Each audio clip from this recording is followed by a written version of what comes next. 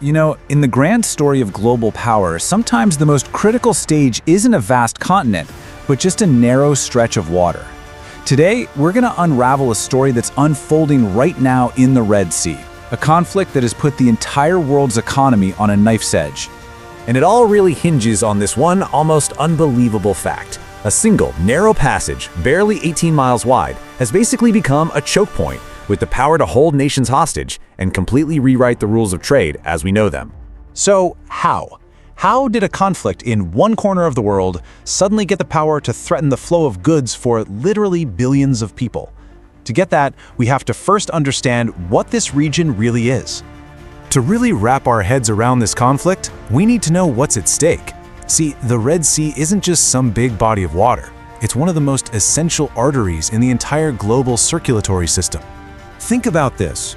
Every single day, more than 12% of all global trade passes right through these waters, and that includes a huge chunk of the world's oil and natural gas. You know, the stuff that fuels our cars, heats our homes, and makes pretty much everything on our shelves.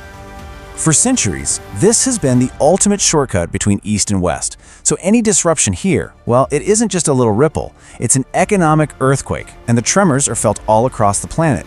And right now, that vital artery is under direct threat. The source of that threat?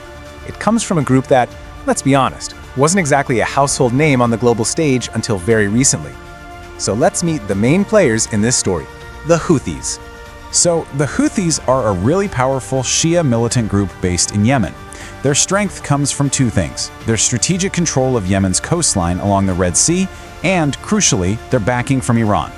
This makes them a perfect proxy, a local force used to push the agenda of a much larger power. And that backing from Iran has given them some seriously sophisticated technology. We're talking advanced drones and anti-ship missiles. This isn't small-time stuff. It's allowed them to completely change the game, projecting their power way out into the sea and upending the security of these vital shipping lanes. So armed with this new power, the Houthis have essentially laid siege to one of the world's most important maritime highways. And the consequences? Well, they're getting bigger by the day. Now, these attacks aren't random, not at all. They serve several strategic goals all at once. They're designed to put pressure on Israel and its allies, to show off Iran's influence in the region, and to force global shipping companies into making some incredibly tough and very expensive choices. And the real-world impact? It's immediate. You can see it right here. As companies reroute their massive ships, often taking the long way around Africa, shipping costs and insurance prices have just skyrocketed. That extra time and money, that's not just a line on a chart. That eventually shows up in the price of everything you buy. The attacks are all focused on a geographic bullseye, the Bab al-Mandab Strait. Its name actually means the Gate of Tears. By controlling the land right next to this tiny 18-mile-wide bottleneck, the Houthis have gained incredible leverage. They've turned a map feature into a weapon. Well, an attack on global trade is really an attack on everyone. So, as you'd expect, the world was forced to respond. And that response has been escalating. At first, it was just warnings, but those were ignored. Then came the warships from the US and its allies. This all led to Operation Prosperity Guardian, a multinational coalition with one single goal: to create a defensive shield for commercial ships. But really, every single day is a new test of that shield. But to really get what's happening here, we have to look past the immediate fight and ask who's playing the game from the shadows. I mean, who is supplying the weapons, the intelligence, and the strategy that lets a regional militia go toe-to-toe with global superpowers? Well, that question leads us straight to Tehran. And this is the core of Iran's whole strategy. Publicly, they deny they have anything to do with it. They call for calm, but behind the scenes, their actions tell a totally different story. They are providing the very weapons and intelligence that are fueling this crisis, using the Houthis as a tool to pressure their enemies without having to risk a direct fight. This quote just sums it up perfectly. For Iran, this is what's called asymmetrical warfare, and it's incredibly effective. It's a low-cost, high-impact way to mess with your enemy's interests while being able to say, hey, it wasn't us.